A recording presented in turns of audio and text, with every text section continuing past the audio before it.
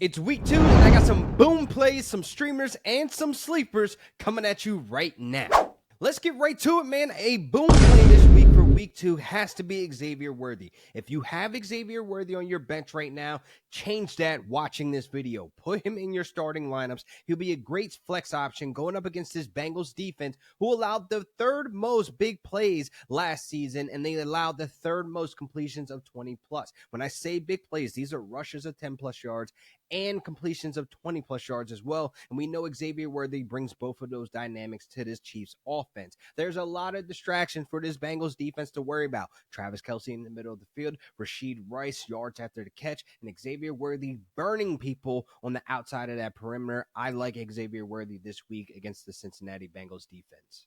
Now let's get into my stream player. Streamer option that you can have for your DST spot is the Colts for the next couple of weeks. Now, a lot of people are like, man, they just got torched on the ground by Joe Mixon and the Texans, which is fine. You have Malik Willis this week, and then the following week, you have Caleb Williams, and then Justin Fields or a Russell Wilson. This is just looking ahead as a possible defense. Yeah, they might get ran down on, but at the same time, they're still getting the sacks. They're creating the pressures, and the quarterbacks that are going to be in the driver's seat are liable to have some turnovers or some struggles, especially with Malik Willis this week. I see Malik Willis not doing that much through the air, just handing the ball off. I just think there's an easy way to game plan to shut down the run game and try to get Malik Willis to get out of the backfield, to get the fumbles, interceptions, etc., etc. This is where I think this would be a great play to put the Colts in your starting lineups this week against the Packers. Now, another streaming option. I'm going to the tight end position for the Rams. Colby Parkinson. This could be an option for a lot of folks who just got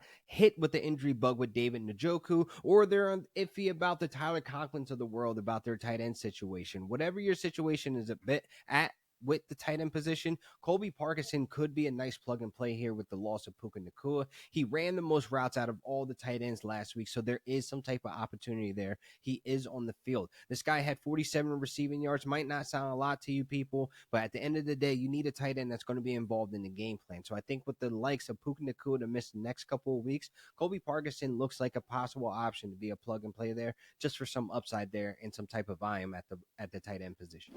Now let's jump into my sleepers for week 2. Now, I know the matchup is juicy for Josh Jacobs, and I understand Marshawn Lloyd is returning back to injury, but it's not set in stone at the time of this recording. But Emanuel Wilson looked so damn good last week, man. Half of his rushes went for 10 plus yards, and I think if Josh Jacobs is going to be heavy lifting in this game, there's going to have to be times where he's going to be gassed. And Emanuel Wilson looked so good last week to where this could be the matchup for him to actually have some type of opportunities to really break out and put up some fantasy points, because he has the juicy matchup with the Colts defense that just led up 200 yards to the Texans on the ground. So I look at this matchup for Emanuel Wilson to have opportunity to be in starting lineups. If you're hurting at that running back position, I don't know what everybody's situation is at, but he's a sleeper on my radar. So even if you don't start him, I would be picking him up just to stash him, just to keep an eye on him, because the dude looks fresh, looks ready, he's quick, he's powerful in his runs, he's confident in his runs, and he has great vision.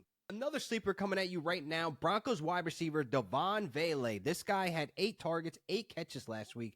Very little yards, because we already know Bo Nix 3.3 yards per attempt. He's not going to be a guy that's going to be stretching the field much. It's going to be a lot of things close to the line of scrimmage. And Vele, that's where he played last week, and he looked damn good. A 6'5" wide receiver that has the upfield ability after the catch. And I think this is the game against the Pittsburgh Steelers where Bo Nix is going to have to get that ball out fast, because TJ Watt and company are going to be coming at him. So therefore, if he's going to be playing that underneath short yardage, I'm going to take those 8 catches. It's PPR out here, that all I know. Those are still fantasy points. So therefore, a lot of linebacker coverage is going to be on him. We can assume that Joey Porter Jr. will be on Cortland Sutton, and he may be seeing a bunch of backup defensive backs. I definitely like this upside for him this week. I don't know if you're going to be putting him in, but if you missed out on Alec Pierce, you missed out on Tyler Johnson, Demarcus Robinson, Vele should be there available for you this week. So that wraps up another great episode of RotoBaller Fantasy Sports YouTube channel. Please make sure you guys are liking and subscribing, and please make sure you guys are leaving a comment below on your starting sit questions, and I'll try to answer them all the way up to game day to help you guys out with your starting lineups. And make sure you guys follow me on Real Deal Fantasy on all social media platforms. Until next time.